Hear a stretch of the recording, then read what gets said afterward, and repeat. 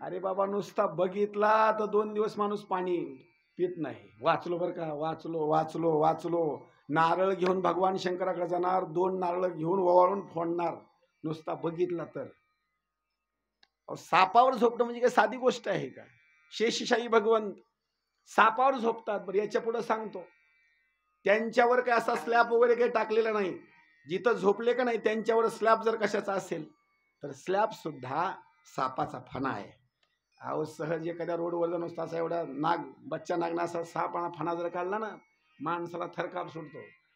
पण भगवान विष्णूच्या वर हजारो फणा आहेत आणि हजारो फणा असून सुद्धा सारख्याची बळ्या अशा आतमध्ये बाहेर आतमध्ये बाहेर. तिथं भगवान विष्णू झोपलेले. पाय दाबण्याकरता साधारण व्यक्ती नाही, पाय दाबण्याकरता लक्ष्मी माता. पाय लक्ष्मीच्या हाती, पाय लक्ष्मीच्या हाती, पाय लक्ष्मीच्या हाती.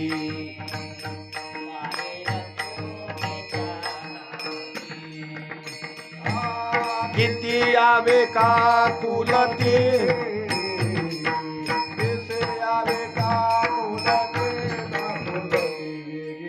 आणावा तो हरी, वेगी आणावा तो.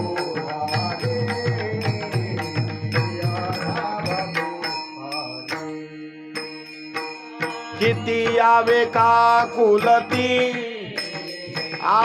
किती यावे का कुलती, वेगी आणावा तो हरी, वेगी आणावा तो हरी, वेगी आणावा तो.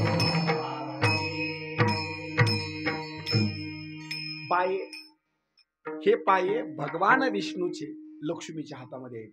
पाय लक्ष्मीच्या हाती.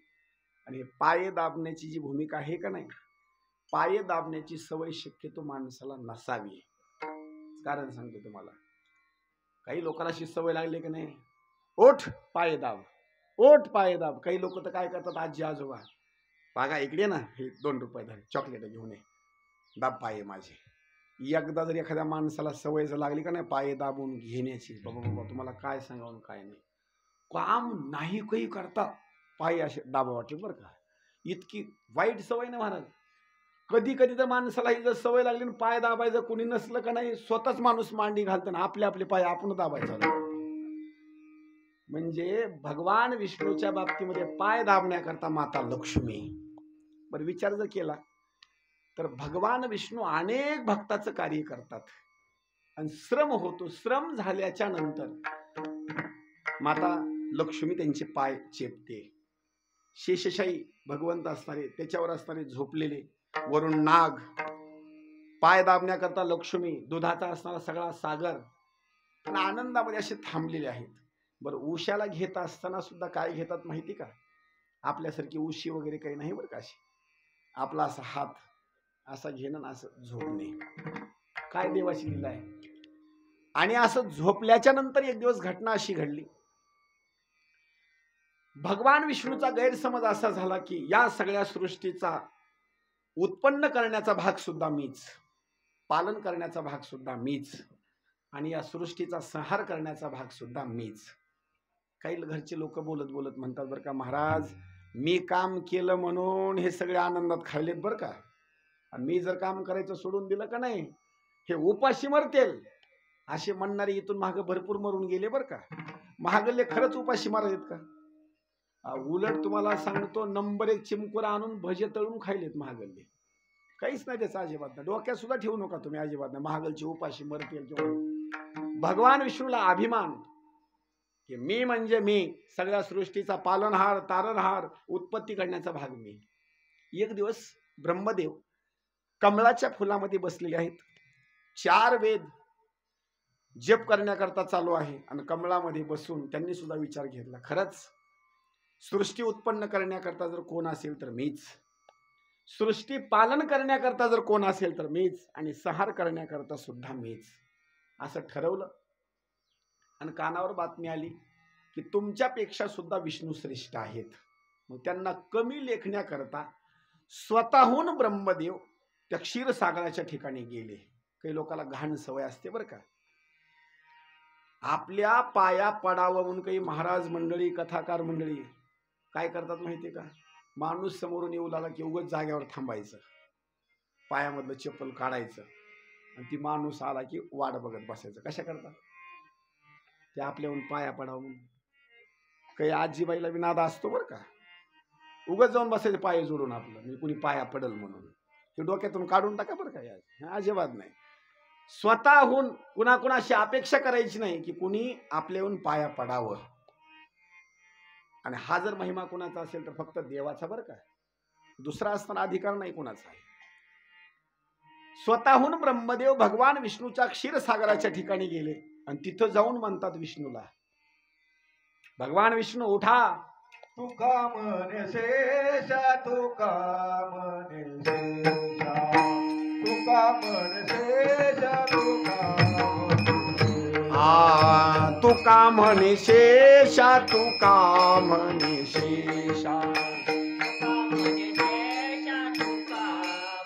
शेषा, जागे करा ऋषिकेशा, जागे करा ऋषिकेशा, जागे करा ऋषिकेशा, जागे करा ऋषिकेशा, वेगे आला वाघुभाई,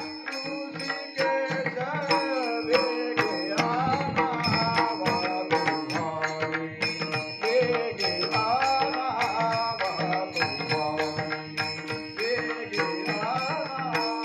वाघुभाई, जागे करा ऋषिकेशा, जागे करा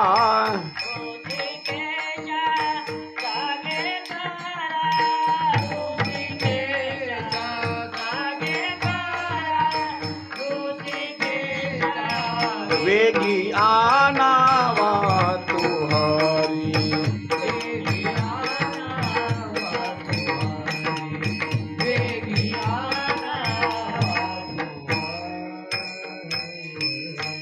जागी करा ऋषिकेशा. ब्रह्मदेव आले आणि भगवान विष्णूला म्हणतात, उठा, मी तुमची आई पण आहे आणि मी तुमचा असणारा वडील पण आहे. उठा तुम्ही, मी आलेलो आहे. उठून तुम्ही दर्शन घ्या माझं. उठून बोलण्याकरता कोण आहेत ब्रह्मदेवानं, सांगतात कुणाला, विष्णूला. विष्णूला राग आला. भगवान विष्णूने सांगितलं, ब्रह्मदेवा मोठमोठ्या गप्पा मारू नका. तुम्ही म्हणता माझी आई आणि वडील आहेत, तुमचा जन्म कुठून झाला म्हणले. तुमचा जन्म माझ्या बेंबीच्या नाभी कमलामधून कमळ निघालं आणि त्याच्यामधून असताना तुमचा जन्म झाला. तुमचे जर खरे आई वडील कोण असेल तर तुमचे खरे आई वडील मी आहे, माझ्याच पाया पडा. ब्रह्मदेवानं सांगायचं माझ्या पाया पडा आणि विष्णूनं सांगायचं माझ्या पाया पडा. बरं, अगोदर कसं असतं, भांडणं लागत असताना डायरेक्ट काही मारामारी होत नसते बरं का. अगोदर तुला प्रेमानं सांगालोय, हा बांधलंय टोकरू नको, अगोदर प्रेमानं बरं का. बरं एकदाच आणि पुन्हा मग एकदा झालं दोनदा झालं, तो शेजारी येतो मोठं ट्रॅक्टर घेऊन येतो आणि मोठं ट्रॅक्टर सारखा बांधच काढा, मग माणूस काय करतो, सहन होत नाही बरं का. तुला 4 वर्षानं सांगू लागलो, मग काट्यान कुराडी वगैरे घेऊन मग डोसका फोडी पुन्हा. आणि यांचं तसंच झालं बरं का. अगोदर यांनी म्हणायचं माझ्या पाया पडा, त्यांनी म्हणायचं माझ्या पाया पडा. अगोदर बोलत बोलत मिटलं नाही, पुन्हा थोडं मग शिव्यावर गेलं बरं का. त्यांच्याकडे बी शिव्या असतात बरं का, नाही असं नाही. जसं आपल्याकडे आहेत का नाही तसं त्यांच्याकडे बी शास्त्राच्या शिव्या काय असं.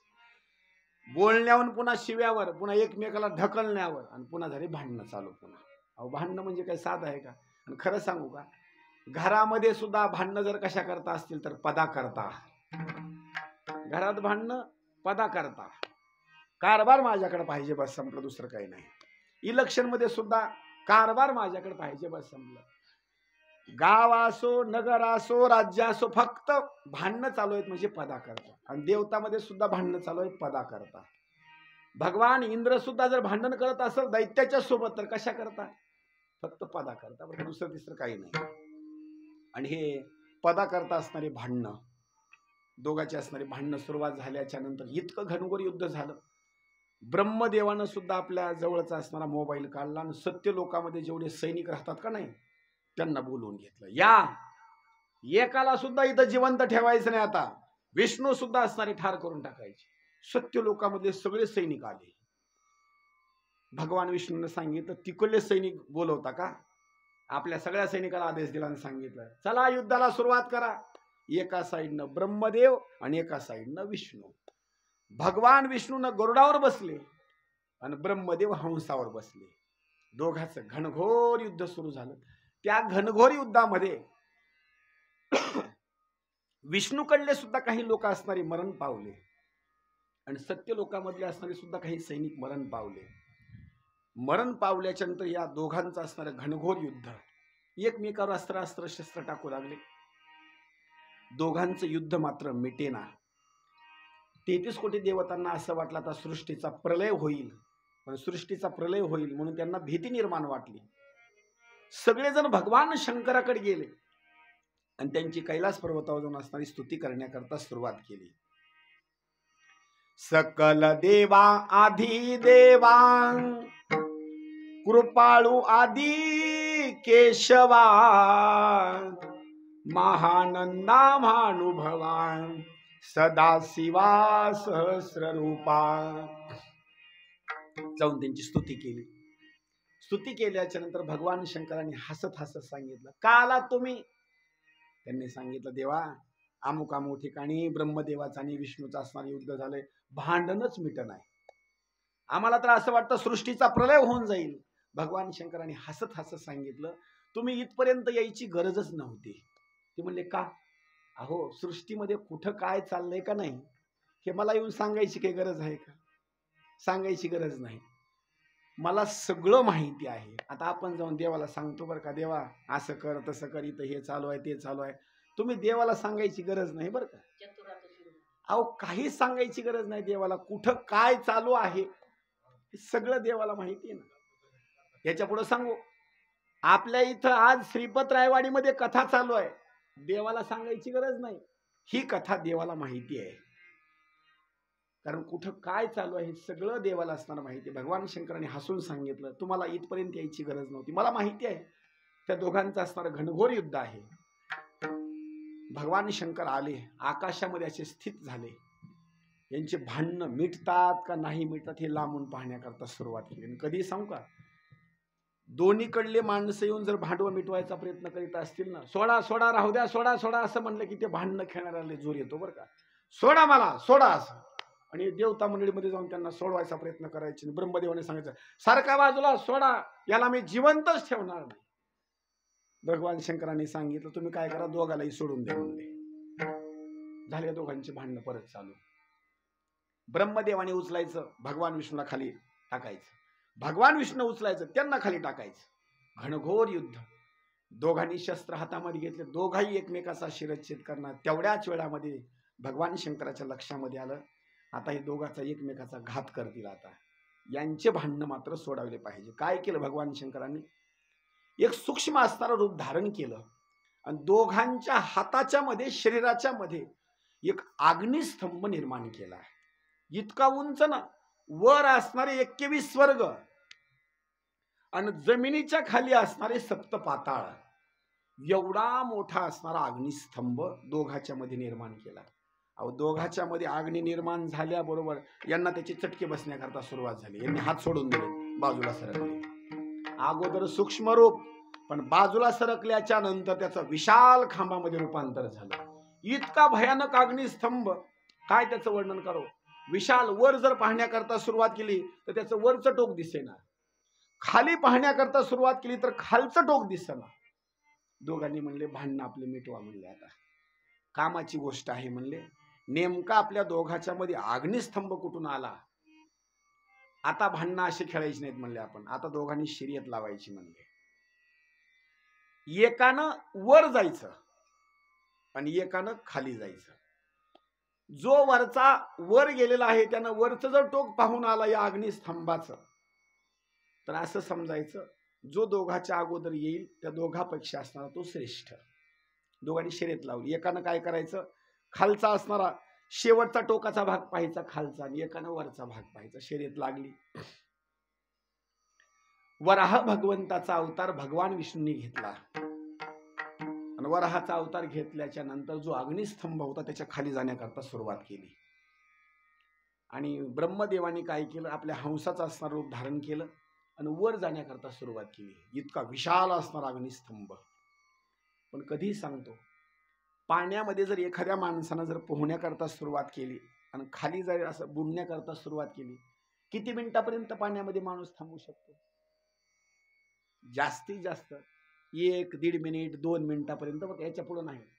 त्याला जर श्वास जर भेटना गेला का नाही, मग मात्र त्याला वर यावं लागतं बरं का. हा, एखादा मिनिटच फक्त, मग मात्र त्याला वर यावं लागतं. भगवान विष्णूंनी काय केलं, शुक्राचं रूप धारण केलं, म्हणजे डुकराचं, आणि त्या अग्निस्तंभाच्या खाली जाण्याकरता सुरुवात केली. इतक्या अंतपर्यंत जाण्याकरता सुरुवात केली की खाली गेल्याच्यानंतर त्यांना श्वासोश्वास भेटेना. जेवढी शक्ती होती तेवढी शक्ती क्षीण झाली. आणि भगवान विष्णू म्हणतात, आता याचा अंत लावण्यापेक्षा मी मरून जाईल म्हणले, आपण काय करा, वर चला म्हणले. तिथून भगवान विष्णू वराहाचा अवतार घेतलेला परत वर आले. जिथून खाली जाण्याचा प्रयत्न केला होता तिथपर्यंत आले. ब्रह्मदेवानी काय केलं, हंसाचं रूप धारण केलं आणि वर जाण्याकरता सुरुवात केली. भरपूर भरपूर उंच गेले. आणि उंच गेल्याच्या नंतर काही गोष्टी सांगितलेल्या आहेत. कुठं वर्णन केलं आहे 21 स्वर्ग आहेत, आणि कुठं वर्णन केलं आहे 7 असणारे स्वर्ग आहेत वर. आता ते कोणते कोणते स्वर्ग आहेत ते नावामध्ये सांगतो, लक्ष देऊन ऐका. या पृथ्वीच्या खाली असणारे 7 पाताळ आहेत. याच्या खाली बरं का, आपण जिथं राहतो का नाही, याच्या खाली 7 पाताळ आहेत. त्या पाताळाचे नाव, जसं आपली पृथ्वी आहे का नाही, याच्या खाली 7 पाताळ आहेत. नंबर 1 अतल, वितल, सुतल, रसातल, तलातल, महापाताळ आणि पाताळ, असे 7 असणारे पाताळ याच्या खाली आहेत. बरं, याची उंची जर सांगायची म्हटलं ना, 10,000 योजनाचा एक एक पाताळ आहे. 10,000 योजनाचा, म्हणजे इतका विशाल असणारा पाताळ आहे. त्याचं काय वर्णन करावं बरं. तिथं प्रकाश पडतो म्हणजे साधारण प्रकाश पडत नाही, हे चंद्र सूर्य वगैरे असला प्रकाश नाही तिथं. तिथले सगळे घर जर सांगायचे म्हटलं तर सगळे घरे सोन्याचेच, आणि तिथं सगळ्या मण्याचा असणारा प्रकाश आहे, एवढा तेजयुक्त प्रकाश. आणि हा बळी जो नेऊन घातलेला आहे का नाही, तुका म्हणे बळी आणि जीव दिला पायातळी, हा सुतळ लोकामध्ये आहे. आणि तिथं वामन भगवंत त्या नगरीचं रक्षण करतात. म्हणजे असे पाताळ खाली 7 आहेत. याच्यावर सुद्धा असणारे 7 पाताळ, नवे नवे 7 असणारे स्वर्ग सांगितलेले आहेत. त्या स्वर्गाची नावं भूरलोक, भुवरलोक, स्वर्गलोक, महरलोक, जनलोक, तपोलोक आणि सत्यलोक. किती झाले? नुसतं 7 म्हणा. वर असणारे 7 आणि खाली असणारे 7. या ब्रह्मदेवानं काय केलं, वर जाण्याकरता सुरुवात केल्याच्या नंतर काही स्वर्ग लोकाचा असणारा भाग, त्या लोकाचा भाग असणारा पार केला आणि वर गेले. पण त्यांची शक्ती जमिनावर का, शक्ती खुंटीत झाली. पण विचार केला, शर्यत तर जिंकली पाहिजे.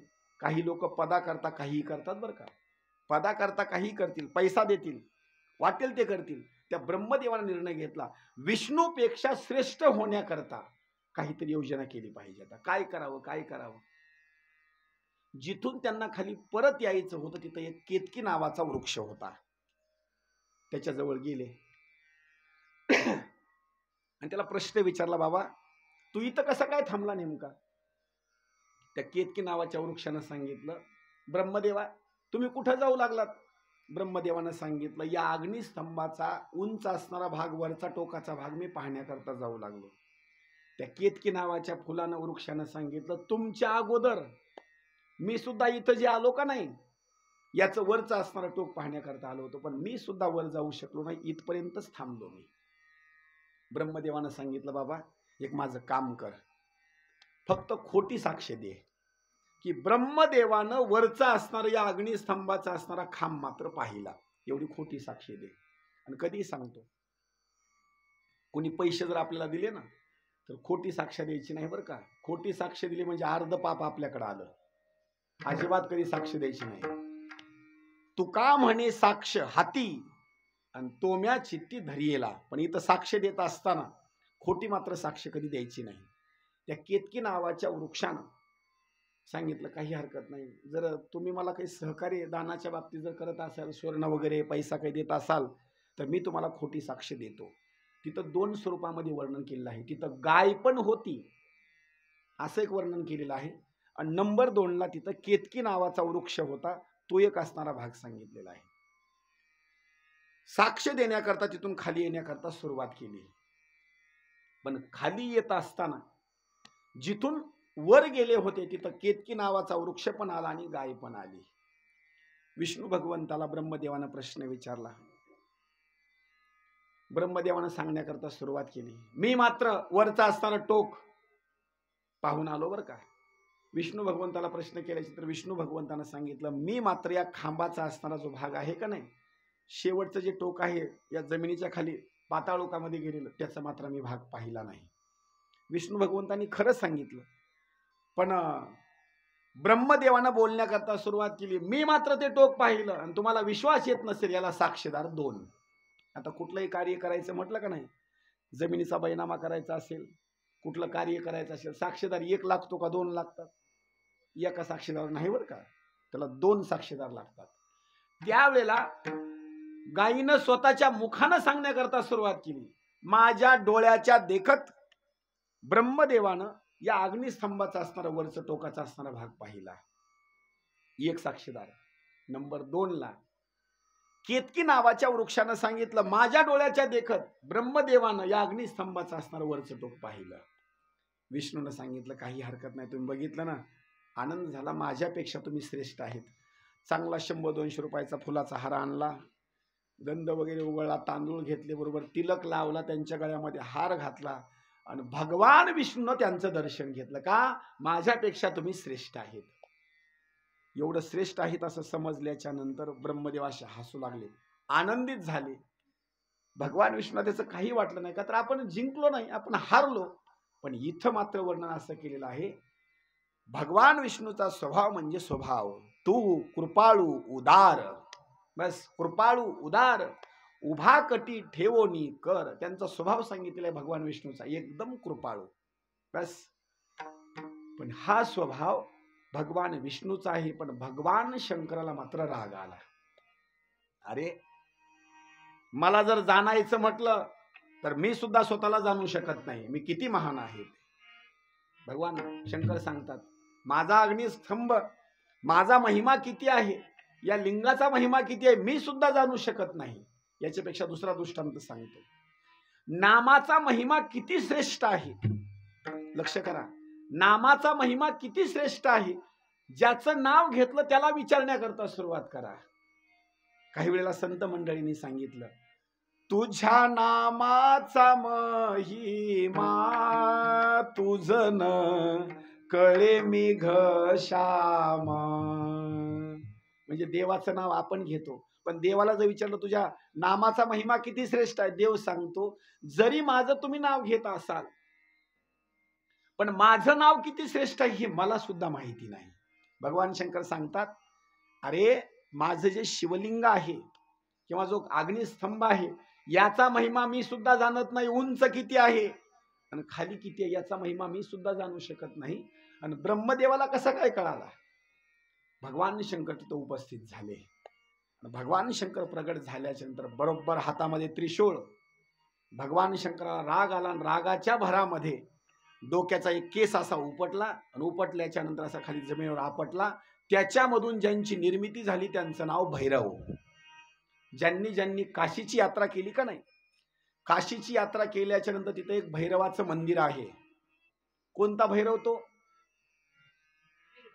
नाही, काळ भैरव. ज्यांनी काशीची यात्रा केली, अगोदर तिथं दर्शन घेण्याकरता त्या काशीचं संरक्षण जर कोण करत असेल तर तो काळ भैरव. तुम्ही गेलात ना काशीला? हा, त्या काशीचं संरक्षण करण्याकरता काळ भैरव. बरं, काळ भैरव आणि भगवान शंकर अलग नाहीत बरं का, एकच आहेत. काळ भैरव म्हणजे भगवान शंकराचाच अवतार आहे. तो काळ भैरव अवतीर्ण झाले. सांगितलं, देवा आज्ञा काय आहे? एक काम करा, इथं ब्रह्मदेवाला मी 5 मुख दिलेले आहेत. ज्या मुखानं खोटी साक्ष दिली त्यांचं हे मूक मात्र ठेवायचं नाही, यांचं मूक मात्र या ठिकाणी शिरच्छेद करून टाकायचं. काळ भैरवाला आज्ञा दिल्याबरोबर हातामध्ये खड्ग घेतलं आणि खड्ग घेतल्याबरोबर त्यांचा असणारा शिरच्छेद करून टाकला. आणि शिरच्छेद केल्याच्या नंतर मग मात्र ब्रह्मदेवाला 4च असणारे शिरकमल राहिले. त्यावेळेला ब्रह्मदेवाला सुद्धा काही भूमिका सांगितलेली आहे. 4 मुख राहिले. ब्रह्मदेव अपमानित झाले आणि अपमानित झाल्याच्या नंतर शाप देऊन टाकला भगवान शंकराने, इथून पुढल्या कालावधीमध्ये पृथ्वी तलावर तुमचा कुठला उत्सवही होणार नाही, तुमचं कधी मंदिरही होणार नाही आणि तुमचा कुठला सोहळाही होणार नाही. कधी सांगतो, जर ब्रह्मदेवासारखे लबाड बोलल्याच्या नंतर त्यांचा सन्मान कुठं होत नसेल तर आपल्या गावागावामध्ये लबाड बोलणारे जे काही लोक आहेत का नाही, त्यांचं म्हणतात लबाडाचा अवतरण काय उपयोगाचा आहे, म्हणजे जेवण केल्याशिवाय काय खराचं आहे, म्हणजे लबाडाचं आमंत्रण येऊन सुद्धा काही उपयोगाचं नाही. म्हणजे ब्रह्मदेव सुद्धा लबाड बोलल्याच्या नंतर त्यांचा सन्मान कुठंच नाही. आणि पृथ्वी तलावर सुद्धा काही लोक जर लबाड बोलले तर त्यांचा सुद्धा सन्मान कुठंच नाही. म्हणजे लबाड माणसाला कोणी त्यांचा असणारा स्वीकार करत नाही. एक त्यांचा कधी उत्सव सुद्धा नाही. ब्रह्मदेवाला असणारा हा शाप दिल्याच्या नंतर केतकी नावाचा वृक्ष असा थरथर थरथर थरथर कापू लागला. देवा चुकलो बरं का, चुकलो, मला माफ करा, माफ करा. भगवान शंकराने त्या केतकी नावाच्या वृक्षाला शाप देऊन टाकला. अरे वृक्षा, खोटी साक्ष दिलीस आणि खोटी साक्ष दिल्यामुळे मी तुला शाप देतो, इथून पुढल्या कालावधीमध्ये माझ्या पूजेमध्ये तुझा सहभाग होणार नाही. लक्ष करा बरं का. कधी भगवान शंकराच्या पिंडीची जर पूजा करण्याकरता जर सुरुवात करत असाल, फूल कुठलंही आणून अर्पण करा, पण केतकी नावाचं फूल मात्र भगवान शंकराच्या पिंडीवर आणून अर्पण करायचं नाही. भगवान शंकराला ते आवडत नाही. का तर ते फूल म्हणजे तो वृक्ष म्हणजे लबाडा आहे, त्यानं खोटी साक्ष दिली, म्हणून ते फूल मात्र कधी सुद्धा आणून भगवान शंकराच्या पिंडीवर ठेवायचं नाही. नंबर 3, केतकी नावाच्या वृक्षालाही शाप दिला, पण त्यानं बोलण्याकरता सुरुवात केली. देवा शाप दिला, चांगलं केलं म्हणले, मला दंड दिला, पण खरं सांगू का म्हणले, तुमचं दर्शन झाल्याच्या नंतर मी पापी कसा राहील म्हणले. विचार करा बरं का. आता मान्य आहे मी खोटी साक्ष दिली, पण तुम्ही मला दर्शन दिलं ना. एखादा माणूस पापी आहे आणि पापी माणसाला देवानं दर्शन दिलं, पापी माणसाला जर देवानं दर्शन दिलं तर त्याचं पाप शिल्लक राहत नाही, पाप सगळं जळून जातं. याच्याकरता पुढे एक दृष्टांत सांगतो. वालीनं पाप केलं, रामायणामधला वाली. कोणतं पाप केलं? आपल्या भावाची असणारी पत्नी तिला आपली पत्नी बनवलं, म्हणजे अर्धांगिनी बनवलं, हे पाप झालं. त्यावेळेला वालीला बाण प्रभू श्रीरामचंद्रजींनी मारला. मारल्याच्या नंतर वाली काही शब्द बोलू लागला. भगवान प्रभू श्रीरामचंद्रजींनी त्यांना उपदेश केला, अरे वाली, स्वतःला शहाणं समजू नको, तू पाप केलेला आहेस. कन्या असेल, छोट्या भावाची पत्नी असेल, आई असेल, बहीण असेल, निंदे असणारा तू कर्म केलेलं आहे, तू पापी आहेस. त्या वालीनं हसत हसत सांगितलं, देवा मी पापी आहे मान्य आहे, पण मी पाप जरी केलेला असेल तर तुमचं दर्शन मला डोळ्यानं होत आहे, आता पाप राहिलं का माझं सांगा. एवढं बोलल्याच्या नंतर वालीला नरकाला पाठवण्यात नाही आलं. देवाचं दर्शन झाल्याच्या नंतर वालीला सुद्धा वैकुंठ धामात पाठवण्याकरता आलं. का? एखाद्या माणसानं पाप जरी केलेलं असेल तर पाप करून सुद्धा त्याला जर देवाचं दर्शन झालं तर त्याच्याकरता सुद्धा वैकुंठ. इथं त्या केतकी नावाच्या फुलानं वृक्षानं सांगितलं, देवा मान्य आहे मी खोटी साक्ष दिली, मी पाप केलं, पण आता तुमचं दर्शन झालं ना, मग दर्शन झाल्यास पाप कुठलं राहिलं, माझा स्वीकार करा, माझी एवढी विनंती आहे. सांगितलं, तुझा स्वीकार करतो, तुझी विनंती स्वीकार करतो, पण ऐक, माझ्या पिंडीवर मात्र तुला अर्पण होता येणार नाही बरं का. हा एक जमेल, जिथं एखाद्या वेळेस माझी पिंड कोणी स्थापन केलेली असेल, तिथं एखादं मंदिर नसेल, एखाद्या भाविक भक्तानं ते फुलं आणले, असे खांब रवले आणि मला सजावट करायची जर म्हटलं का नाही त्या मंदिराला, तर मंदिराच्या वर मात्र तुला सजावट करताना एखाद्या वेळेस एखाद्या भक्तानं जर अर्पण केलं तर जमेल, पण पिंडीवर मात्र जमणार नाही. याच्या पुढे सांगू, मला तर तुझा स्वीकार नाही माझ्या पूजेच्या बाबतीमध्ये, पण दुसरे देवता मात्र तुझा मात्र स्वीकार करणार. भगवान विष्णूला केतकी नावाचं फूल आवडतं. हा आशीर्वाद जर कोणी दिला असेल तर भगवान शंकराने दिलेला आहे. दुसऱ्या कुठल्याही देवतेला केतकी नावाचं फूल जमतं, पण भगवान शंकराच्या बाबतीमध्ये मात्र ते जमत नाही. पुढे शाप दिला तो म्हणजे गाईला दिला. गोमातेला शाप देऊन टाकला, ज्या मुखानं तू खोटं बोलली का नाही आणि खोटी साक्ष दिली, इथून पुढल्या कालावधीमध्ये खात असताना या तोंडानं तू चांगला चारा खाणार नाहीस. गाय सुद्धा काय करते कधी कधी माहिती का? गाय सुद्धा चारा तर खातेच खाते, पण कधी कधी गाय विष्ठा सुद्धा खाते. हा जर शाप कुणाला दिला असेल ना, तर हा शाप भगवान शंकरांनी गायीला दिलेला आहे. आणि इथून पुढे सांगू, ज्या मुखानं तू खोटी साक्ष दिली का नाही, या मुखाचं तुझं कुणी सुद्धा दर्शन घेणार नाही, कुणी दर्शन घेणार नाही.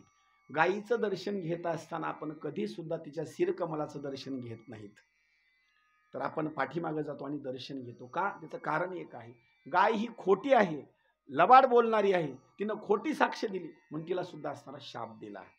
पुढं वर्णन केलेलं आहे. जो आग्नेय असणारा स्तंभाचा असणारा भाग आहे, तिथं ब्रह्मदेवाला शाप, गायीला शाप, केतकी नावाच्या वृक्षाला शाप. पण भगवान शंकर एवढे प्रसन्न झाले, एवढे प्रसन्न झाले की भगवान शंकरांनी विष्णूकडे पाहिलं, हसले आणि सांगितलं, विष्णू काय तुमचा स्वभाव, तुमचा स्वभाव म्हणजे एकदम प्रेमळ बरं का, पाण्यासारखा असणारा तुमचा स्वच्छ असणारा स्वभाव, किती प्रेमळ तुमचा स्वभाव आहे, मला तुम्ही आवडलात बरं का. आणि इथून पुढल्या कालावधीमध्ये तुमच्यामध्ये आणि माझ्यामध्ये काही बदल नाही. आता तुम्ही आणि मी आपण दोघ जण एकच. आता उजवे वाम भाग तुका म्हणी एकची अंग, म्हणजे तुमच्यामध्ये आणि माझ्यामध्ये इथून पुढे काही भेदभाव नाही. तुमची जर कोणी भक्ती केली तर ती भक्ती मला अर्पण होईल, माझी कोणी भक्ती केली तुम्हाला असणारे अर्पण होईल. या दोघांमध्ये एवढी एकता सांगितलेली आहे. हरी हरा भेद नाही नका करू वाद, एक एकाचे हृदयी आणि गोडी साखरेच्या ठाई. म्हणजे आपल्या दोघांमध्ये असणारा भेदभाव नाही. काही गोष्टी बोलतो, लक्ष करा बरं का. डोळा आणि बुबुळ दोन का एक,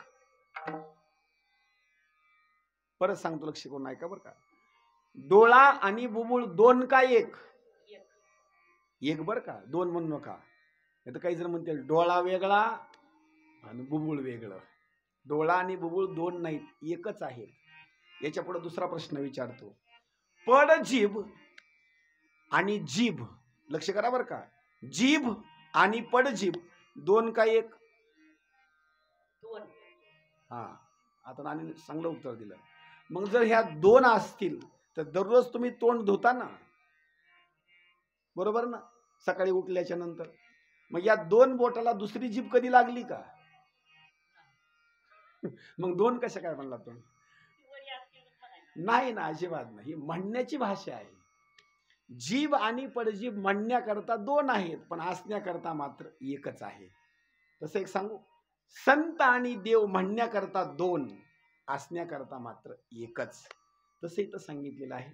भगवान शंकर सांगतात, विष्णू तुमच्या आणि माझ्यामध्ये कसला सुद्धा असणारा भेदभाव नाही. एवढंच नाही, तुमच्याकडे आजपासून मी कार्य देतो. या सगळ्या सृष्टीचं पालन करण्याचं काम जर कोणाकडे असेल तर पालन करण्याचं काम तुमचं. इथून पुढे मोठमोठे उत्सव जर करायचे म्हटलं तर सगळ्यात अगोदर मान तुम्हाला दिला जाईल, पहिला मान. एवढंच नाही, कुठेही कुठलं कार्य जर सुरुवात करायचं असेल तर कार्य सुरुवात करायचं म्हटलं की मान तुमचा. मोठमोठे यज्ञ जरी करायचे म्हटले तर या यज्ञामध्ये तुम्हाला असणारा सर्वश्रेष्ठ भाग मिळेल, तुमचा चांगला असणारा अधिकार होईल त्या ठिकाणी. एवढंच नाही, तिथं भगवान विष्णूला काही वरदान असणारे दिले आणि वरदान दिल्याच्या नंतर मग मात्र भगवान शंकराला आनंद झाला होता. आनंद झाल्याच्या नंतर जिथं अग्निस्तंभ निर्माण झाला त्या प्रदेशाचं नाव सांगितलेलं आहे अरुणाचल प्रदेश. नाव लक्षात ठेवा बरं का. सगळ्यात सुरुवातीला पिंड कुठं निर्माण झाली? अरुणाचल नावाच्या प्रदेशामध्ये सुरुवातीला असणारी ही पिंड निर्माण झाली. मार्गशीर्ष असणारा महिना आणि आर्द्रा नावाचा असणारं नक्षत्र, या नक्षत्रामध्ये मार्गशीर्ष महिन्यामध्ये भगवान शंकराची असणारी पिंडीची असणारी भूमिका, तिथं असणारा निर्माण झालेला भाग. भगवान ब्रह्मदेवानं आणि विष्णूने प्रश्न विचारला, देवा आमची एक इच्छा आहे, तुम्ही आता इथून जाऊ नका, इथंच थांबा. सांगितलं काही हरकत नाही, इथंच थांबतो, पण मी मूर्तीच्या स्वरूपामध्ये थांबणार नाही, पिंडीच्या स्वरूपामध्ये इथं मी थांबेल. सगळ्यात अगोदर अरुणाचल प्रदेशामध्ये भगवान शंकरांनी जी पिंड स्थापन केली का नाही, किंवा पिंडी म्हणजे जे रूपांतर केलेलं आहे, ते सगळ्यात अगोदर भगवान शंकरांनी अरुणाचल नावाच्या प्रदेशामध्ये जिथं अग्निस्तंभ निर्माण झाला, सगळ्यात अगोदर पिंड तिथं निर्माण झाली. आणि तिथं सांगितलं, इथून पुढल्या कालावधीमध्ये जर तुम्हाला पूजा करायची असेल तर माझी पूजा करत असताना लिंगाच्या स्वरूपामध्ये पूजा करा माझी. त्या दोघांना उपदेश केला. आणि एक आणि दोन नाही तर माझे असणारे 5 असणारे कार्य आहेत, आणि ते 5 कार्यामध्ये मी असणारा प्रतिष्ठित आहे, नवे नवे त्याच्यामध्येच मी आहे. भगवान शंकराचे असणारे 5 कार्य विशेष स्वरूपामध्ये सांगितलेले आहेत. ते कोणते ऐका. नंबर 1, भगवान शंकराचं पहिलं जर कार्य कोणतं असेल तर भगवान शंकराचं पहिलं कार्य सांगितलेलं आहे, सृष्टीला उत्पन्न करणे हे पहिलं कार्य. नंबर 2, भगवान शंकराचं दुसरं जर कुठलं कार्य असेल तर भगवान शंकराचं दुसरं कार्य आहे स्थिती, म्हणजे त्याला विनाशाकडे न जाऊ देणं. तुम्हाला कशी स्थिती? आता उदाहरणार्थ, ही आपली जमीन आहे. ही जमीन कधी अशी पळालेली बघितली का तुम्ही? बर, कधी हल्लेली बघितली का? हल्ली बर का पाठीमाग? हा, हल्ली. कुठं हल्ली? किल्लारीला हल्ली का नाही? बरं, तिनं असा जर निर्णय घेतला, चला देवाचं आपल्याला ऐकायचंच नाही, थोडंसं जरा आपण पाय मोकळे करून यावंच, आपण राहताल का? अजिबात नाव. तिनं थोडं जर हल्लं ना, खेळ संपला आपला. ती बिचारी जाग्यावर आहे. भगवान शंकराचं दुसरं कार्य सांगितलंय स्थिती, म्हणजे जाग्यावर तिला ठेवणे, उत्पन्न करणे, स्थिती करणे. नंबर 3ला तिचा संहार करणे. 3 भाग झाले. चौथा भाग सांगितलेला आहे तिरोभाव. तिरोभाव म्हणजे उत्क्रमण करणे. याच्याकरता सुंदर दृष्टांत सांगतो. एक तुम्ही गवळण म्हटलेली असेल कधी बधी, कानोबा तुझी घोंगडी चांगली, आम्हासी का दिली वांगली, कानोबा तुझी घोंगडी चांगली. देवानं आपल्याला घोंगडी दिली. कोणती घोंगडी? ही शरीर रूपी घोंगडी दिलेली आहे. आणि ही घोंगडी देत असताना देवानं काय केलंय माहिती का? या घोंगडीच्या बाबतीमध्ये थोडीशी फाटकी घोंगडी दिलेली आहे बरं का आपल्याला. पण देवानं स्वतः करता कपडा मात्र चांगला, दुसऱ्या करता कपडा मात्र वांगळा. ती गोपाळा म्हणतात बरं का, आम्हासी का दिली वांगुली. ते गोपाळ कानोबाला म्हणू लागले, कानोबा तुझी घोंगडी चांगली. आपली घोंगडी मात्र फार वाईट घोंगडी आहे बरं का. महाराज, एकदा जर फटायला चालू झाली का नाही, संपलं बरं का. हा, आता तुम्हाला सांगतो कुणाचा डोळा आहे. लहानपणामध्ये डोळा किती सुरेख दिसतो डोळा, थोडं वय झालं की त्याला चष्मा पुन्हा. बर, अगोदर डोळ्याच्या बाबतीमध्ये सुंदर स्वरूप आहे, पुन्हा कालांतराने बिघडला. आपले चिपडे आलेले आपल्याला काढणं होईना बरं का. किती विचार करायची गोष्ट आहे. याच्या पुढे सांगतो, कान आहे, कान फुटतो, घाणीचा भाग. वयोवृद्ध झाल्याच्या नंतर थोडं जरी गार वारं लागलं की सर्दी आली पुन्हा. बरं, नुसती सर्दी जरी आली तर सर्दी आल्याच्या नंतर सर्दी तरी राहते का माणसाची? 15-15, 20-20 दिवस राहत नाही बरं काही माणसाची. आणि किती ताकदवर माणूस असू द्या, एखाद्या माणसाला जर सर्दी झाली का नाही, माणूस असा सारखा वरवडीत राहतो बरं का. जेवढ्या स्पीडनं वर ओढलं का नाही, तेवढ्या स्पीडनं खाली येतं. बरं, किती वळावं त्याची पद्धत आहे का? हा, म्हणजे ही घोंगडी देवानं दिलेली आहे, सगळी अशी फाटून गेलेली घोंगडी. पण याच्या पुढे सांगतो आणखी, देवाचे कार्य फार महत्वाचं आहे बरं का. लक्ष करून ऐका, फार महत्वाचा विषय आहे. उदाहरणार्थ, एक गाडगा आहे, गाडगं बरं का. आणि त्याच्यामध्ये तुम्ही काय केलं, अशी एक हवा घेतली, आणि हवा घेतल्याच्या नंतर हवामध्ये साठवली, आणि गाडग्याच्या वर एक झाकणी असते बरं का. आपण ज्या वेळेला वसण्याकरता जातो का नाही, ते वरून त्याला आपण काय म्हणतो, झाकणीला झाकणीच म्हणतो ना.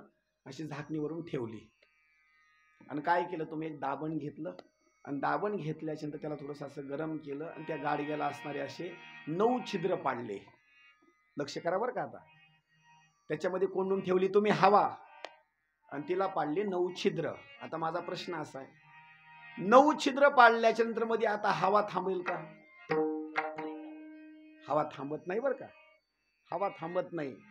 पण याच्यामध्ये एक आश्चर्य असं आहे. आता ते गाडगं सोडून द्या, आता हे गाडगं धरा. त्या गाडग्याला जर 9 छिद्र पाडले तर त्याच्यामध्ये हवा थांबत नाही. पण या गाडग्याला देवानं 9 छिद्र टाकलेले आहेत, पाडलेले आहेत.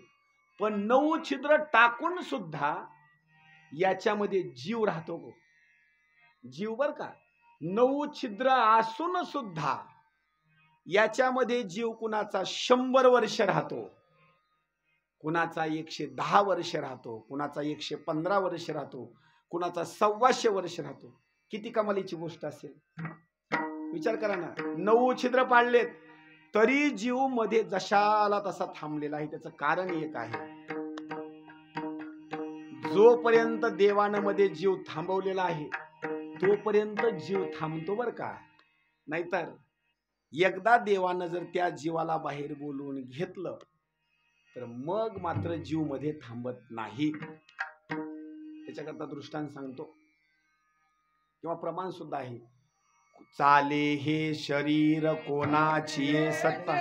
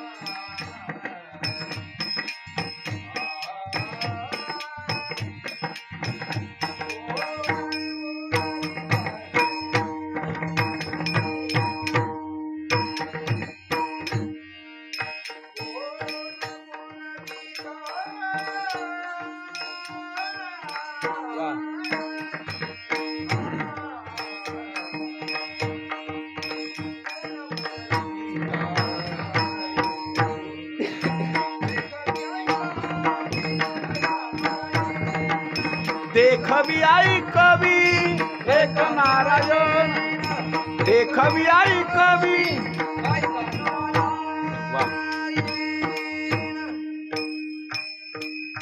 चाले हे शरीर कोणाची सत्ते. पुढे लोक बोलत बोलत म्हणतात या शरीरावर आमची सत्ता आहे. अजिबात नाही, तुमची सत्ता नाही. इथून गावापर्यंत चलवीत जाऊ द्यायचंय का नाही जाऊ द्यायचंय तुमच्या हातात नाही बरं का. हा, अजिबात नाही. तिथून इथपर्यंत येऊ द्यायचंय का नाही तुमच्या हातामध्ये नाही, देवाच्या हातामध्ये. चाले हे शरीर कोणाची सत्ते, आपल्या सत्तेवर नाही बरं का. हा, पुढे सांगू, कोण बोलवी ते हरिविना. खरं सांगू का, तुम्ही असं म्हणता काही कधी बोलत बोलत असं वाटायला का नाही संसाराचा कटाळा आला, मरावं बरं का. आता घटना अशी घडते, कुणी बारक्या बारक्या बाटल्या घेतात बरं का. कोणत्या? थम्सअपच्या नाही कशाच्या? औषधाच्या. डोळे झाकायचे आणि गटकून गुटका घ्यायचा. पण सांगतो, औषध घेऊन सुद्धा काही जणांचा निर्णय आहे आम्हाला इथं थांबायचं नाही, देवाकडे जायचंय, नेलवरच्या दवाखान्यात. पण देवानं बोलवल्याशिवाय देव तिकडे येऊ देत नाही बरं का. अजिबात नाही. मग इथं काही बेजारी कमी असते होय? नाकात नळ्या, कानात नळ्या, तोंडात नळ्या, बस ज्यानं पेलं त्याला विचारा वाचल्याच्या नंतर, फ्री तुम्हाला बाटली देतो एवढी 500ची, घ्या एकदा गुटखा. ते म्हणतं बाबा काही करा पण पिऊ नका बरं का, लय बेजारी आहे. ज्यानं पिलं ते त्या नादाला कधीच जात नाही, अजिबात नाही. हा लय बेजारी त्याची, लय बेजारी म्हणजे अतिच बेजारी. माझा सांगण्याचा भाग एक आहे, कोणी औषध पितं आणि देवाकडे जायचा प्रयत्न करतं, देव येऊ देत नाही त्याला वाचवितो देव. काही जण 7व्या मजल्यावर जातात, बस संपला आता, वरून उडी टाकतात खाली. कशा करतात? देवाकडे जायला बरं का. देव त्याचे टंगडे मोडून टाकणार, हात मोडून टाकणार, तिथंच बसविणार त्याला. हा जागा शिल्लक नाही, आणखी तिथंच बसतो. आणखी तिकडे जागा बघावं लागते ना अगोदर. तिकडं खाली झाल्याच्या नंतरच बोलवितो देव. देव काय असंही करीत नाही ना. मोकळी गर्दी करून तरी काय उपयोग आहे तिकडं. आपला विषय चालू आहे, कोण बोलविते हरिविना. कोणी विहिरीमध्ये उडी टाकतं, कुणीतरी वाचवायला येतं, म्हणजे त्याचं आयुष्य संपलं नाही. विचार करा, आत्महत्या करण्याकरता कोणी गळफास घेण्याचा प्रयत्न करतं, मरण येत नाही. त्याचं कारण एक आहे, जोपर्यंत देव बोलवत नाही तोपर्यंत हा व्यक्ती तिथपर्यंत जात नाही. म्हणून आपल्याला पत्रिकेवर लिहावं लागतं, आबा देव आज्ञा झाली. आपण पत्रिकेवर लिहितो का नाही?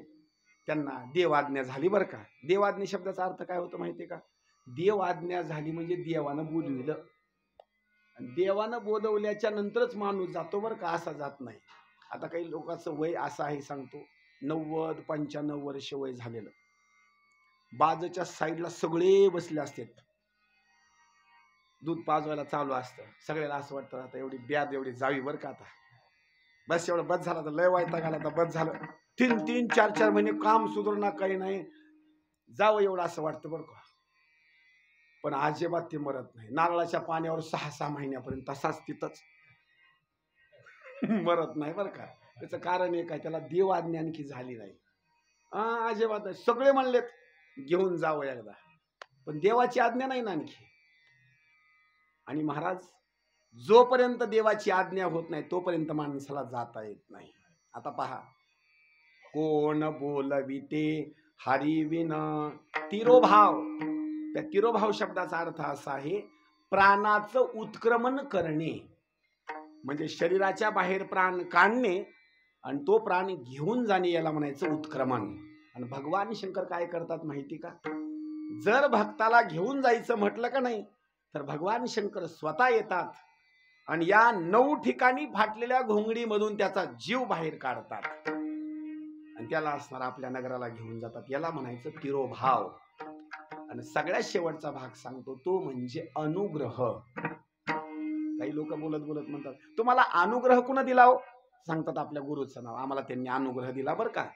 भगवान शंकर इथं आपल्याला अनुग्रह देतात. कोणता अनुग्रह देतात? आपण मरण पावल्याच्या नंतर आपल्याला अनुग्रह देणे म्हणजे कुठेही त्याला ठेवत नाहीत, त्याला आपल्या कैलास पर्वतावर घेऊन जातात आणि त्याला आनंदित असणारा बसवतात. अनुग्रह भगवान शंकराचे 5 कार्य आहेत आणि भगवान शंकर या 5 कार्यामध्ये आज सुद्धा स्थित आहेत. म्हणून कधी सांगतो, दररोजच्या दिवसाला या 5 कार्याचं असणारं दर्शन घेत राहा. कोणते कोणते 5 कार्य सांगतो, लक्ष देऊन ऐका बरं का. सकाळी झोपेतून उठल्याच्या नंतर अगोदर पृथ्वीचं दर्शन घ्या. तू म्हणाल पृथ्वीचं का? त्याचं कारण एक सांगतो. ही सगळी पृथ्वी आहे का नाही, ही सगळी पृथ्वी म्हणजे लिंग आहे. लक्षात येत नसेल तुमच्या, ही सगळी जी पृथ्वी आहे ही म्हणजे लिंगाच्या स्वरूपामध्ये आहे. सकाळी उठलं की लिंग तुमच्या दृष्टीला पडो अथवा न पडो, उठलं की झोपेतून अगोदर काय करायचं? लिंगाचं दर्शन घ्यायचं, म्हणजे पृथ्वीच्या पाया पडायचं. पण लोक एवढे भादर ना, त्या पृथ्वीचं दर्शन घ्यायचं देतात सोडून. झोपेतून उठणार, बाजून पाय खाली सोडून देणार, तंबाखूचा तोटा काढणार, हातावर टाकणार, चुना घेणार, त्याला लावणार, चोळणार, इथं टाकणार, थोडी चावणार, दर्शन तर कुणीकडेच राहील, अगोदर थुकणार आणि पुन्हा कार्याला सुरू करणार. अरे ही पृथ्वी म्हणजे लिंग आहे, लिंग. भगवान शंकराचं अगोदर दर्शन घ्या पृथ्वीच्या बाबतीमध्ये, पहिला भाग. नंबर 2, पाण्याचं दर्शन घ्या. आता तुम्हाला घरोघर बोर झाले, पण जुन्या काळामध्ये जर पाण्याचं दर्शन घ्यायचं म्हटलं तर कुठंतरी तुम्हाला विहिरीवर जावं लागायचं, कुठंतरी तळ्यावर जायचं. आणि तिथं गेल्याच्या नंतर त्या पाण्याचं दर्शन व्हायचं. म्हणजे पाणी म्हणजे नंबर 2ला भगवान शंकराचंच ते लिंगाच्या स्वरूपामध्ये आहे. नंबर 1 जमीन, नंबर 2ला पाणी, त्या पाण्याचं दर्शन घ्यायचं. नंबर 3ला अग्नीचं दर्शन घ्या. सकाळी चूल पेटवली का नाही, आता राहिली नाही, तो भाग वेगळा आहे. आता गॅस असेल, गॅसच्या पाया पडा, पर्याय नाही त्याला. काय अग्नीचं दर्शन घ्या. अग्नी म्हणजे कोण आहे? अग्नी म्हणजे भगवान शंकर आहे. जमीन काय करते? आपल्याला उत्पन्न करते. पाणी काय करतं? आपल्याला वाचवतं, तहान भागवतं. अग्नी काय करतो? जर आपलं सगळं क्रियाक्रम संपलं, कार्य संपलं, तर अग्नी आपल्याला जाळतो. म्हणजे भगवान शंकराकडे जात असताना म्हणून आपल्याला अग्नी द्यावा लागतो. तिसरं दर्शन अग्नीचं घ्या. चौथ्या स्वरूपामध्ये वायूचं दर्शन घ्या. म्हणजे ही हवा आहे का नाही, त्या हवेचं दर्शन घ्या. का हवेचं दर्शन घ्यायचं? ज्या वेळेला शरीरामधला आपला जीव बाहेर निघतो, ही हवा आपल्यावर एक कृपा करते. बाहेर शरीरातून निघालेला हा प्राण जीव बाहेर निघाल्याबरोबर हवेच्या मार्गाने कैलास पर्वतापर्यंत असणारी घेऊन जातात. ही हवा म्हणजे जीव. त्या हवेचं दर्शन घ्यायचं. आणि 5व्या क्रमांकाला दर्शन घ्यायचं ते म्हणजे आकाशाचं. आकाशाचं काय घ्यायचं? आकाश म्हणजे या ठिकाणी भगवान शंकराचं एक लिंगच आहे. म्हणून या 5 ठिकाणी भगवान शंकर राहतात, यांचं असणारं दर्शन घ्यायचं. पुढं वर्णन केलेलं आहे. काही लोक बोलत बोलत म्हणतील, महाराज पृथ्वीचं दर्शन घेण्यापेक्षा, पाण्याचं दर्शन घेण्यापेक्षा तुम्ही तर लिंगच म्हणता ना, मग आम्ही लिंग स्थापन करतो. जास्त डोकं लावायची गरज नाही, किंवा दररोज उठणार आम्ही आणि लिंग असणारं स्थापन करणार आणि दर्शन घेणार. पण त्या लिंगामध्ये सुद्धा 2 भाग सांगितलेले आहेत. एक अचल लिंग आणि एक चललिंग. 2 भाग आहेत बरं का, लक्ष करा. अचल लिंग म्हणजे एकदा जर निर्माण केलं, स्थापन केलं, त्याला परत काढायचं नाही, अजिबात नाही काढायचं. कालांतराने त्याचा भंग झाल्याच्या नंतर तुम्ही काढू शकता, पण एकदा स्थापन केलं ना, परत त्याला काढायचं नाही. पण जर चललिंग असेल तर चललिंगाला मात्र तुम्हाला काढता येतं आणि त्याचं विसर्जन करता येतं. आता कसं करायचं याच्याकरता काही दृष्टांत आहेत, लक्ष देऊन ऐका. कुणाला सोमवार आहे आणि शेतामध्ये गेलात, गडबड आहे, जास्त कामधंद्याची वेळ नाही, तिथं शेतामध्ये गेल्याच्या नंतर सोमवार आहे आणि तुम्हाला असं वाटलं की आता भगवान शंकराचं दर्शन झालं नाही, इथं जर पिंडीचं दर्शन झालं तर चांगलं होईल. मग काय करा, जिथं तुम्ही लिंबाचा वृक्ष असेल, आंब्याचा असेल, कुठलाही वृक्ष असेल, तिथं बसला तुम्ही खाली, पाणी सोबतच असतं, तिथं पाणी घ्या, तांब्यावरून माती घ्या, लगेच मातीमध्ये पाणी टाका, थोडासा चिखल करा, आणि चिखल केल्याबरोबर काय करा, त्याचं एक लिंग बनवा. कशाचं? त्या मातीचं बरं का, मातीचंच लिंग बनवायचं. लगेच तिथं काय तुमच्याजवळ फुलं वगैरे काय असतील घ्यायची, तिथंच पूजा असणारी करायची, दर्शन घ्यायचं. लगेच दर्शन झाल्याबरोबर ते लिंग उचलायचं, विहीर कुठं असेल, तळा असेल, काय असेल, उचलायची, लगेच विसर्जन करून टाकायचं, विषय संपला. मातीचं सुद्धा लिंग तुम्ही तयार करू शकता. नंबर 2ला कुठं यात्रेला गेलात, एखादी नदी असेल आणि तिथं वाळू असेल, रेती असेल, नदीमधली रेती घ्या, रेती घेतल्याबरोबर लगेच असणारं शिवलिंग तयार करा, पूजा करा. पूजा संपली तुमची, लगेच ती रेती उचला, पाण्यामध्ये विसर्जन करून टाका. 2 भाग. नंबर 3, जर एखाद्या वेळेस गाईचं शेण असेल, शेण घ्या आणि शेणाचीच काय करा, तुम्ही पिंड तयार करा, त्यालाही विसर्जन करून टाका. 4थ्या स्वरूपामध्ये सांगतो, भात घ्यायचा, आपल्या तांदळाचा शिजवलेला भात, त्याची पिंड तयार करा, बस संपलं, त्यालाही विसर्जन तुम्ही करू शकता. गव्हाची कणिकीची असणारी भाग आहे, त्याची तुम्ही लिंग तयार करू शकता. जर एखाद्या वेळेस असं तुम्हाला वाटत असेल, महाराज हे तुम्ही सोपं सांगायला, थोडंसं अवघड सांगा ना, मग अवघड सांगतो बरं का. जर श्रीमंत असाल तर अंबाजोगाईला जा, चांगलं सोन्याचं दुकान बघा, चांगलं बरं का, अर्धा किलोचे चांगलं असं एकदाच खरेदी करा, चांगली पिंड तयार करा. पूजा झाल्याच्या नंतर दान करताना किंवा विसर्जन करताना मला फोन लावूनच करा.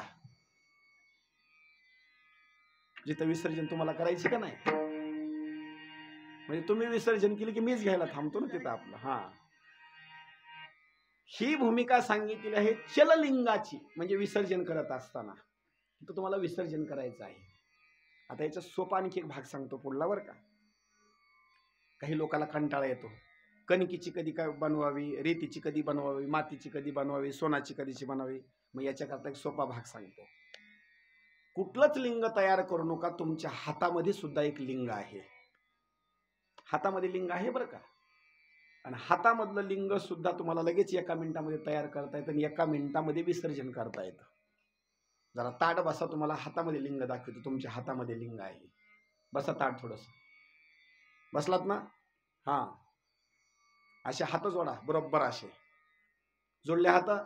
हां, मधला असणारा भाग असा साईडला घ्या थोडासा, माझ्याकडे बघा बरं का. असा मधला भाग असा थोडासा फुगवा, असा असा असा. अहो का इकडे बघा, इकडे असा असा. हां, हे दोन्ही अंगठेमध्ये घ्या, असे मधोमध मध्ये असे बोट जोडा, सगळे बोट जोडा. असे करू नका बोटावर, असे नाहीत करायचे, असे करा बोट असे. हां, मधले बोट मध्ये घ्या ना, असा मधा भाग फुगवायचा असा. आणि अंगठे जे आहेत का नाही, तर ते अंगठे थोडेसे वर घ्या, असे व थोडेसे असे. बघा लिंग तयार झालं का नाही ते. बोट असे हे करू नका, असे जुडवा बोट असे सगळे खाली. आजी तुमचे बोट जुडवा का, असे असे असे असे बोट जुडवा. मधला भाग असा फुगवायचा, मधला भाग असा. हे दोन अंगठे मध्ये घ्यायचे आणि वर असं करायचं. बघा तुम्हाला पिंड दिसते का नाही, अशी बघा तिथं बरोबर. असे अंगठे वर घ्यायचे, असे अंगठे असे वर घेतल्याच्या नंतर बरोबर तुम्हाला पिंड दिसणार. आणि अशी डोक्याला लावा, आता डोक्याला लावा, अशी घ्या दर्शन. हीच लिंग आहे बरं का. दुसरी कुठली स्थापन करायची गरज नाही, काही नाही, काही नाही, काही नाही.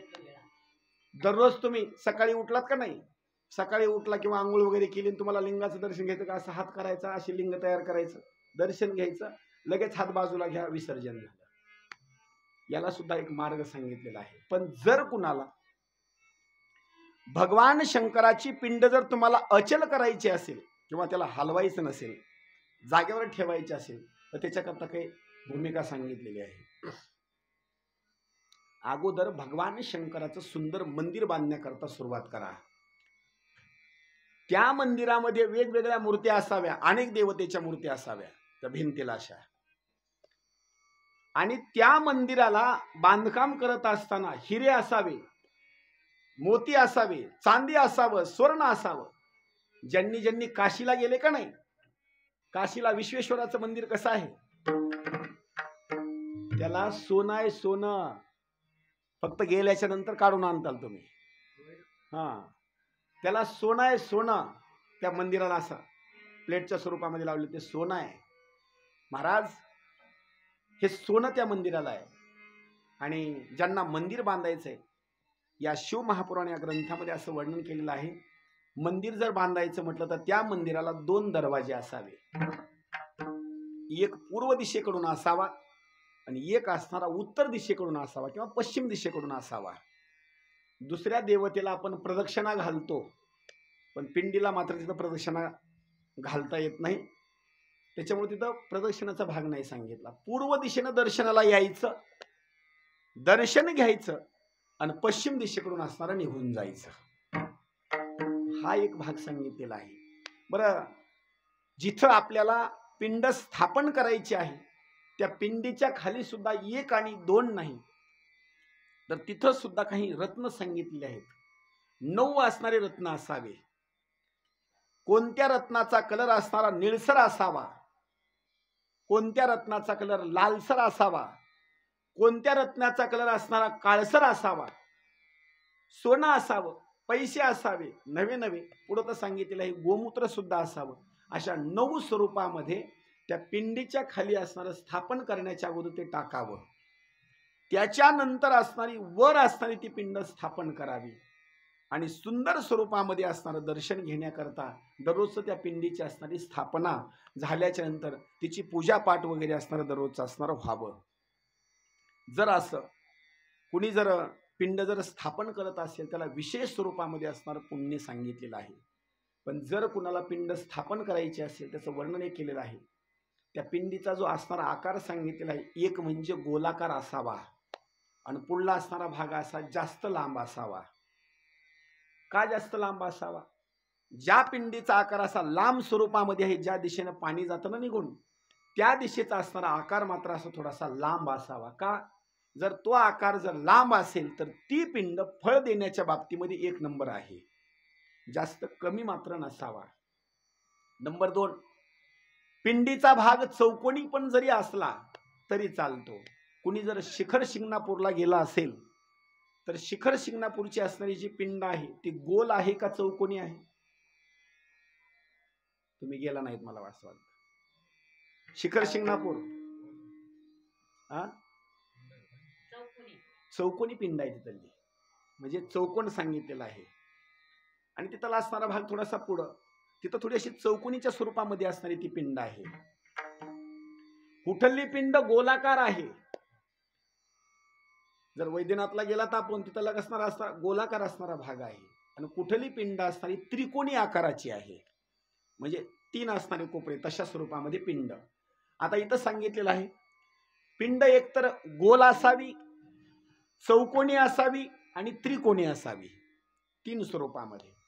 आणि या पिंडीची पूजा करत असताना शक्यतो मंत्राचा असणारा उच्चार असावा. आता कोणता मंत्र त्या मंत्राच्या बाबतीमध्ये सांगतो. जर मूर्तीची पूजा असेल तर मूर्तीची पूजा असल्याच्या नंतर असं म्हणायचं, नमः शिवाय.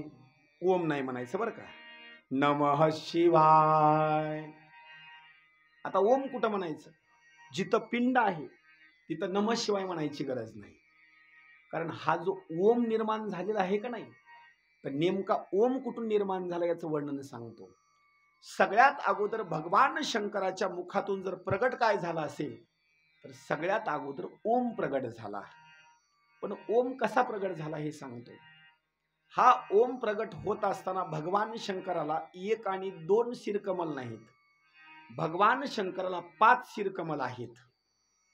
आणि 5 शिरकमल असताना सुद्धा त्यांचा वेगवेगळ्या स्वरूपामध्ये भाग सांगितलेला आहे. उत्तर दिशेला आकार, पश्चिम दिशेला उकार, दक्षिण दिशेला असणारा मकार. आणि सगळ्यात अगोदर जर मंत्र जर कोणता निर्माण झाला असेल तर सगळ्यात अगोदर ओम निर्माण झाला. जर आपल्या घरी जर वास्तुशांती असेल, कुठलं कार्य असेल आणि ब्राह्मण देवता जर मंत्र म्हणण्याकरता सुरुवात केली ना, मंत्र कुठला जरी असेल तर अगोदर ओम म्हणावं लागतं त्यांना. कारण सगळ्याची उत्पत्ती जर कुठून असेल तर सगळ्याची उत्पत्ती ओम पासून आहे. गायत्री मंत्र असेल, हे सगळे असणारे पुराण वगैरे सगळ्याची जर उत्पत्ती असेल, सगळ्यात अगोदर सांगायचं म्हटलं तर ओम. मग सगळ्यात अगोदर ब्राह्मण देवता मंत्र म्हणत असताना म्हणतात हरिही ओम. सुरुवातीला म्हणजे सुरुवातीला म्हणत असताना अगोदर ओम म्हणावं लागतं. मग पिंडीच्या जवळ जर तुम्ही थांबलात ना तर सुरुवातीला बोलत असताना अगोदर असं बोलायचं, ओम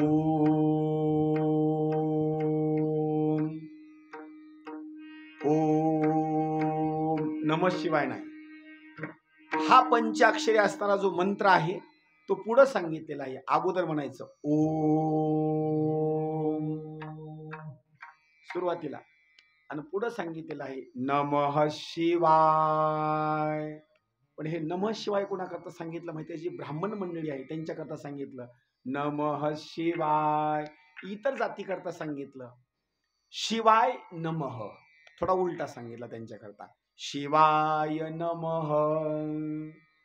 आणि काही गोष्टी सांगतो, जर कुणाला असं वाटत असेल थोडं उलट होतं आम्हाला म्हणण्याकरता जमत नाही, पण जर तुम्हाला दोन्ही पूजा जर सोबतच करायची असेल तर त्याच्याकरता मग असं बोलण्याकरता सुरुवात करायचं. मी पुढे म्हणतो, पाठीमागं म्हणा ओम नमः शिवाय.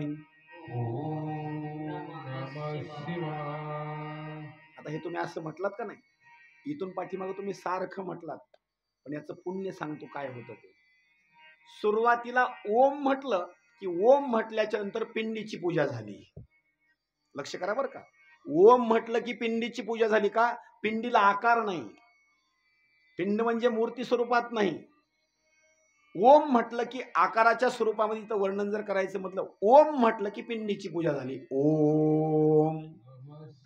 आणि पुढं नमः शिवाय म्हटलं की भगवान शंकराच्या मूर्तीची असणारी पूजा झाली. मग आता इथं भेदभाव पडतो बरं का, पिंड वेगळी आणि मूर्ती वेगळी. पण तुम्हाला भेदभाव जर मध्ये पडूच द्यायचा नसेल आणि दोन्ही पुण्य तुम्हाला पाहिजे असेल, मूर्तीचंही पुण्य आणि पिंडीचंही पुण्य, मग कधी पूजा करण्याकरता बसलात का नाही, मग सारखं मुखानं म्हणत राहा ओम नमः शिवाय. ओम नमः शिवाय. ओम नमः शिवाय.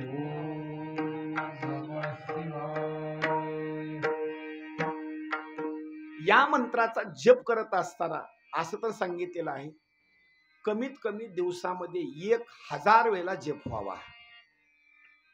होईल का आपल्याच्यानं? फक्त ऐका बरं का, आपल्याच्यानं काही होत नाही एवढं. 1000 वेळेला होऊ शकतो का? अजिबात नाही.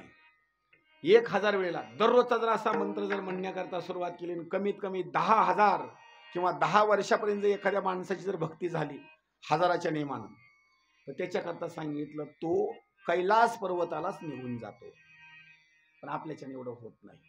जेवढी भक्ती होईल तेवढी भक्ती सोपी. ओम नमः शिवाय हा पंचाक्षरी असणारा मंत्र आहे. आता पुढे वर्णन केलेलं आहे. हे कार्य करत असताना काही नियम सांगितलेले आहेत. एक म्हणजे सद आचार, म्हणजे वागत असताना सत्यानं मात्र वागायचं. काही लोक काय करतात, कथा ऐकायची, कीर्तन ऐकायचं, प्रवचन ऐकायचं, रस्त्यानं येत असताना कुणी जर विचारलं तुमच्या घरी अशी अशी एक वस्तू आहे तेवढी आम्हाला दिली तर जरा बरं होईल. अहो काय सांगा, तुम्हाला दिली असती पण कालच त्यांनी घेऊन गेले बरं का. आहे वस्तू घरी पण द्यायची भावना नाही, म्हणजे आता खोटं बोललात का नाही. म्हणजे हे खोटं सुद्धा बोलून चालत नाही, याला सदाचार सांगितला. पण नेणाऱ्या माणसाने सांगतो बरं का, नेणाऱ्या माणसाने काम झाल्याच्या नंतर परत आणून द्यावी. तर काय असे लोक आहेत का नाही, एकदा घेऊन गेले की तिकडच वस्तू ती परत आणून द्यायची भावना नाही. याला सदाचार. वागत असताना सत्यानं असणारा वागायचं आणि सदा असणारा आचार करायचा. पुढे सांगितलेलं आहे. एक म्हणजे सदाचार, नंबर 2ला शौचाचार. शौचाचार म्हणजे कसा सांगतो बरं का, कथा ऐकायला जायचं, हरिपाठाला जायचं, देवाच्या मंदिरात दर्शनाला जायचं, तर शौचाचार पाळायचा. काही लोक असे आहेत, जर बहिर दिशेला कुठे गेले किंवा अपवित्र भूमीवर गेले तर तिथून आल्याच्या नंतर पाय सुद्धा लोक धुत नाहीत. पाय सुद्धा लोक धुत नाहीत, तशाच मंदिरामध्ये असणार जायचं. काही लोक काय करतात, तांब्या भरून पाणी घ्यायचं, पाण्यामध्ये असा हात बुडवायचा आणि पाणी असं पायावर शिंपडायचं. तुला धुवायला काय बिघडतं का जरा? अरे बाबा, कमीत कमी पाय काही अंतरापर्यंत, गुडघ्यापर्यंत तरी पाय व्यवस्थित धुले पाहिजे. काही लोक काय करतात, पुढले पंजेच धुवून टाकणार, टाचा मागल्या तशा ठेवून देणार. अरे तुला मंदिरात जायचंय, शौचाचार सांगितलेला आहे. दुसरी गोष्ट, काही असे पट्टे भादर आहेत 15 दिवस झालं एकच ड्रेस अंगावर आहे, त्याच ड्रेसनं चालला देवाच्या दर्शनाला. अरे बाबा, मळून गेले कपडे, आता तरी ते कपडे काढ, कपडे बदल. म्हणजे कपडा सुद्धा अस्वच्छ आहे, शौचाचार सांगितलेला आहे. काही लोक असे आहेत, दात घासणार नाहीत, तोंड व्यवस्थित धुणार नाहीत, आंघोळ व्यवस्थित करणार नाहीत, टाकलं पाणी बस इकलं अंग तसंच कोरडं राहिलेलं, लगेच निघाले कपडे घालून लगेच.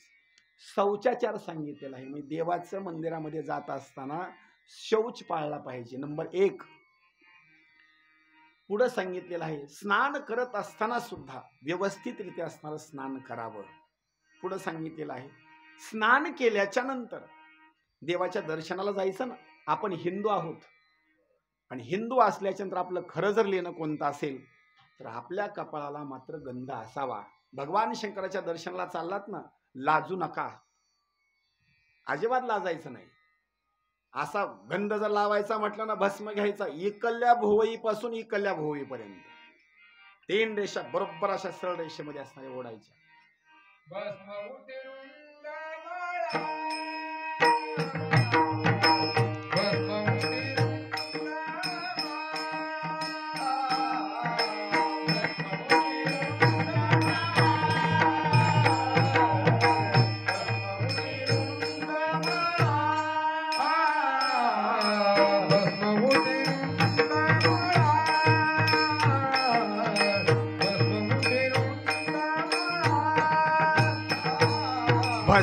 उटी रुंड माळा,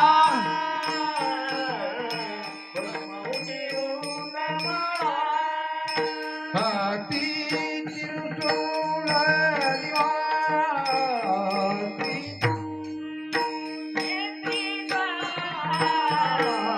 गज चर्म व्याघ्रांबर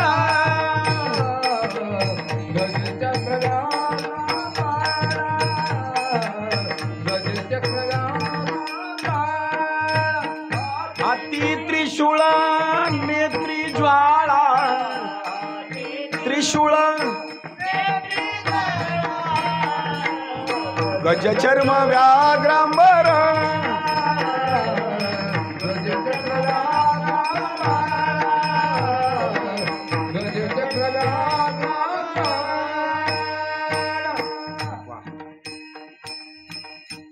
भस्म लावायचा. कसा लावायचा? इकल्या भोवळीपासून इकल्या भोवळीपर्यंत. पण खरं सांगतो बरं का, आता काही लोकाला गंध जमना.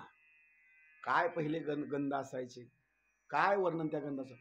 आता काही जणांच्या कपाळावरचा गंध जर बघायचं म्हटलं ना, तर मुंगीचा डोळा असतो का नाही, मुंगीचा डोळा एवढा बारीक गंध, इतका बारीक गंध की आता काय सांगावं काय नाही. तो नाही, मी बघितलं, आता मी लय फिरतोय ना, गंधच दिसत नाही अजिबात नाही. आणि मला तर तुम्हाला सांगतो, असे बरोबर बोटानं असे दोन ठळक असा गंध दिसावा माणसाचा. अहो महाराज, गंधाविरहित मस्तक, लक्ष करून ऐका, गंधाविरहित मस्तक आणि शिवाविरहित गाव, त्याला स्मशानभूमी सांगितलेली आहे. ज्याच्या कपाळाला गंध नाही का नाही, तर त्याचं कपाळ म्हणजे स्मशानभूमी. आणि ज्यांच्या गावामध्ये भगवान शंकराचं मंदिर नाही, त्यांचं गाव सुद्धा स्मशानभूमी, ते गाव नाही.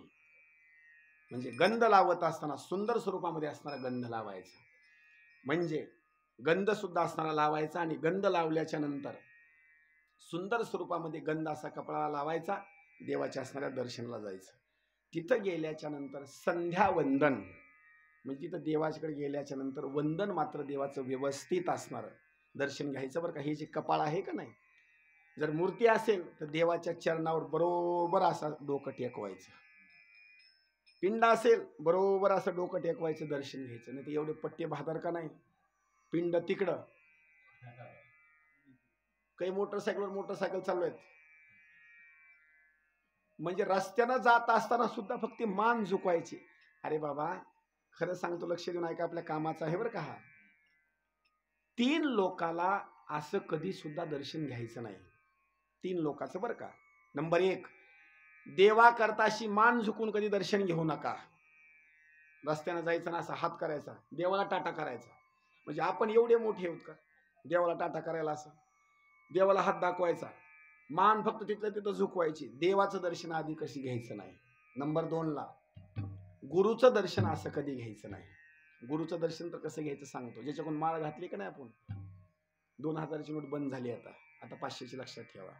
गुरु आले का नाही, असे खिशात हात घालायचा पद्धतशीर, 500ची नोट काढायची, गुरु आले म्हणून दक्षिणा द्यायची, व्यवस्थित असं दर्शन घ्यायचं. गुरु खुश झाले पाहिजे. 500 दिल्यास गुरु खुश होतात बरं का, खुश, बस संपलं काही नाही. लहान लेकराला सगळ्यात जास्त आवड असेल तर पैशाची, बस.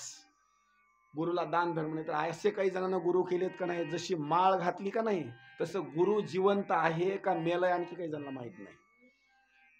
अमुक जणांकडून माळ घातली होती, आणखी काही त्यांची ना आमची काही भेट नाही बरं का. म्हणजे वंदन करत असताना पिंड असेल, मूर्ती असेल, व्यवस्थित डोकं टेकवायचं, दर्शन घ्यायचं. पुढं सांगितलेलं आहे, गायत्री मंत्राचा असणारा जप करायचा आणि काही दान धर्म करायचा. दान धर्म करत असताना सुद्धा सांगतो, काही भाग सांगितलेले आहेत. किती दान धर्म करावं याच्याकरता शिवमहापुराणानं एक सुंदर असणारी व्याख्या सांगितली. किती दान करायचं? आपल्या संसारामध्ये 1 वर्षाला जेवढं काही उत्पन्न होईल आबा, त्याच्यापैकी 10वा वाटा देवाकरता खर्च करायचा. उदाहरणार्थ, लक्ष करा, सगळे कथा ऐकण्याकरता आलात. तुम्हाला जर ज्वारी 10 कट्टे झाली, किती? 10 कट्टे, त्याचे 10 भाग करायचे, 9 तुमच्याकरता ठेवून द्यायचे आणि 1 मला देऊन टाकायचा. म्हणजे मला नाही, जिथं कार्यक्रम चालू असेल का नाही तिथं जायचं, स्वतःहून सांगायचं, हा 10वा वाटा देवा करता. त्याचे कारण सांगतो. 1 वाटा देवा करता असताना देऊन टाकायचा.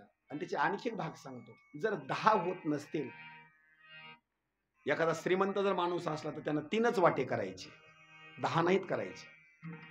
चांगला जर भक्त असेल तर त्यानं 3च वाटे करायचे. ते 3 वाटे कशा करता सांगतो. नंबर 1, पहिला वाटा धर्माच्या कार्याकरता, पहिला वाटा फक्त धर्माच्या कार्याकरता पहिला वाटा. दुसरा वाटा आपल्या संसाराची वृद्धी व्हावी म्हणून दुसरा वाटा. आणि तिसरा वाटा संसाराचा वाटा. तुम्हाला असं कसं काय सांगतो. उदाहरणार्थ 30 पोते ज्वारी झाली आणि 30 पोते ज्वारी झाल्याच्या नंतर एक धर्माचा वाटा म्हणजे 10 असणारे पोते देवाकरता दान करून टाकायचे, धर्माचं कार्य आहे. आता किती शिल्लक राहिले? 20 राहिले बरं का. 10 कट्टे एखादा ॲटो टेम्पो बघायचा, त्याच्यामध्ये पोते भरायचे आणि अंबाजोगाईचे नेऊन मार्केटला विकून टाकायचे. कशा करता? आपला संसार वाढावा म्हणून, धन प्रॉपर्टी असणारी वाढावी म्हणून 10 कट्टे विकून टाकायचे आणि 10 कट्टे शिल्लक ठेवायचे. कशा करता? पुन्हा खायचं काय आपण पुन्हा. म्हणजे याच्याकरता संसाराकरता 10, धर्मकार्याकरता 10 आणि संसारामध्ये वाढ व्हावी याच्याकरता 10. याच्याकरता दानाचं सुद्धा असणारा भाग तसा सांगितलेला आहे. पुढे सांगितलेला आहे अग्निहोत्र असणारा यज्ञ सुद्धा दररोजचा असणारा करायचा. कोणता अग्निहोत्र यज्ञ? दररोज असणारा एक अग्नीचा यज्ञ सांगितलेला आहे. दररोज स्वयंपाक करत असताना पहिला अगोदर एक यज्ञ करायचा, तो म्हणजे अग्नीची पूजा करायची. कशी? स्वयंपाक जर